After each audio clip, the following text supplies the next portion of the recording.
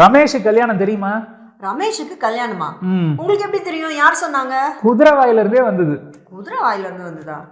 ஓஹோ, straight from the horse's mouth. Exactly. அர்த்தம் தெரியும் இல்லையா? தெரியும். ஃபர்ஸ்ட் ஹேண்ட் இன்ஃபர்மேஷன், அதாவது உரியவங்களே வந்து செய்தி சொல்றது. சரி, இப்போ நீங்க சொன்னதுக்கும் குதிரைக்கு என்ன கனெக்ஷன், என்ன சம்பந்தம்? அதுக்கு ஒரு ஆரிஜின் இருக்கு. என்ன ஆரிஜின்? அத நான் சொல்றேன். அதுக்கு முன்னாடி hi friends, welcome to English அரட்டை. இதுக்கு ஆக்சுவலா வந்து ரெண்டு ஆரிஜின்ஸ் இருக்கிறதா சொல்லப்படுது. சரி, ஒரு origin related to horse trading. Okay.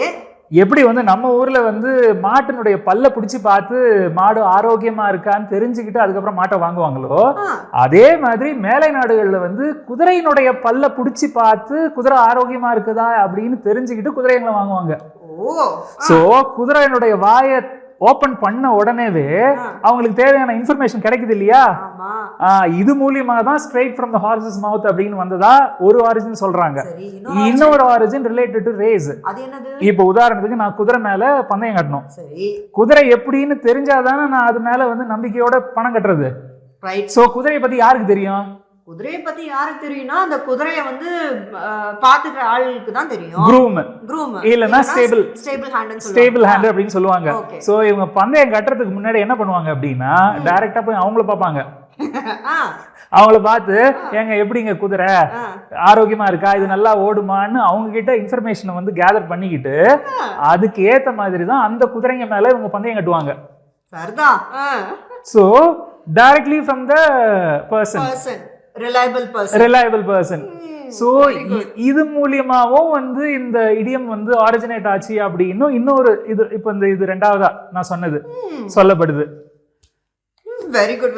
So இப்போ நான் சொன்னேன் இல்லையா, ரமேஷ் இஸ் கெட்டிங் மேரிட். நீங்க இப்ப கேக்குறீங்க how do you know that னு கேக்குறீங்க. I got the news straight from the horse's mouth அப்படினா ரமேஷே என்கிட்ட சொன்னாரு. ஓகே. ஏய், அப்போ இதுக்கு ஆப்போசிட்டா வரதுதானா? To hear the news through grapevine. Exactly. straight from the horse's mouth அப்படின்ற இடியமுக்கு ஆப்போசிட் இடியம் தான் to hear something through the grapevine ஆக்சுவலா.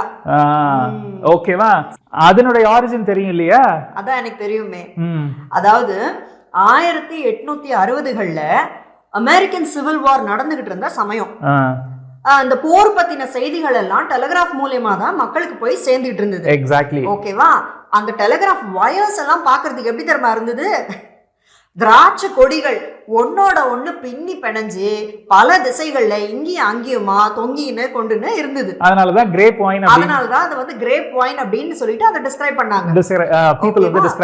சோ இப்படி வந்து அனுப்பப்படுற செய்திகள் மக்கள் கிட்ட ரீச் ஆகும் போது என்ன ஆயிருக்கு அப்படின்னாக்கா பெரும்பாலும் ஒண்ணுக்கு ரெண்டா தான் திரிஞ்சு போய் சேர்ந்துருக்கு. ஏன்னா வந்து ஒருத்தர் கிட்ட இருந்து இன்னொருத்தர், அவங்க கிட்ட இருந்து இன்னொருத்தர் அப்படின்னு போகும்போது மெசேஜஸ் வந்து தெரிஞ்சுதான் போகும். ஓகேவா? சோ அதனாலதான் இத வந்து through the grapevine அப்படின்ற இந்த இடியம் வந்து ஃபார்ம் ஆனதா சொல்லப்படுது. எக்ஸாக்ட்லி. அதாவது செகண்ட் ஹேண்ட் இன்ஃபர்மேஷன் அது வந்து எல்லா நேரத்திலயும் ரிலையபிளா இருக்கணும்னு அவசியம் கிடையாது.